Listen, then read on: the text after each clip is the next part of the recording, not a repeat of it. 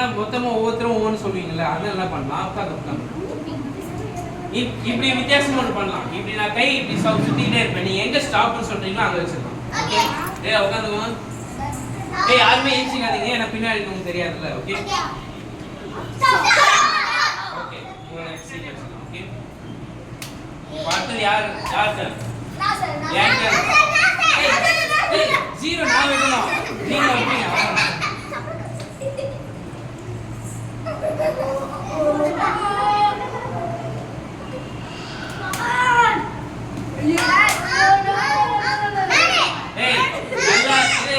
இப்ப நல்லா யோசிச்சு எங்க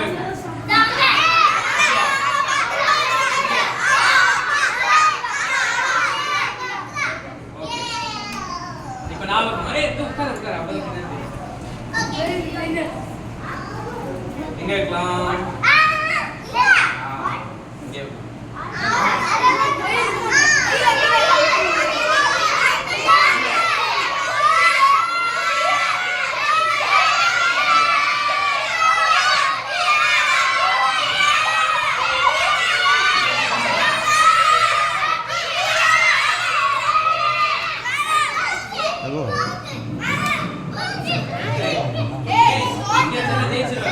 எனக்கு சப்போர்ட் பண்றான்.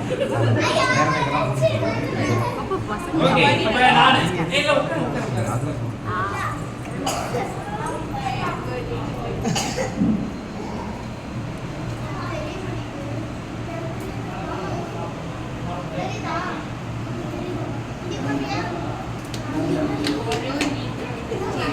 ஓகே, ரெடியா?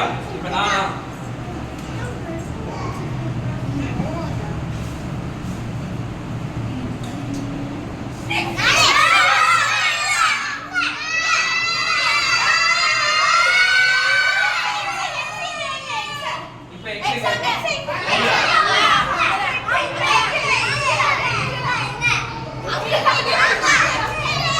ஓகே, கடைசியா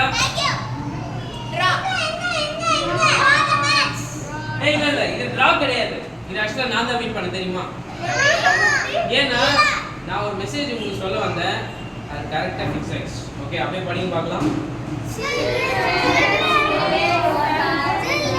Obey your parents in everything. திருப்பி படிங்க பார்க்கலாம்.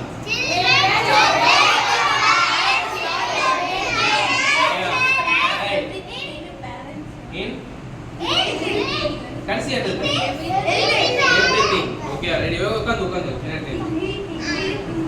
ஓகே, உங்க பேரண்ட்ஸ்க்கு நீங்க கீழ் படிவீங்களா? யார் யாரெல்லாம் ஒபே பண்ணுவீங்க? கையில போட்டுக்கோ. ஆனா கவுன்சிக்கோ, பேரண்ட்ஸ் ரொம்ப நேரம் கேம் விளையாட கூடாதுன்னு சொன்னா என்ன பண்ண கூடாது? அதை விட்டு நான் ஃப்ரீ ஃபயர் விளையாடியே தீருவேன் அப்படின்னு சொல்லிட்டு நல்லா ஆடிட்டு இருப்பேன். ஆனா பேரண்ட்ஸ் ஒரு வேலை சொன்னா செய்யவே மாட்டோம். அப்படி இருக்கக்கூடாது தானே? அப்போ ஃபோனு அதிகமாக யூஸ் பண்ணுமா, ஸ்டடீஸ் அதிகமாக டைம் யூஸ் பண்ணுமா?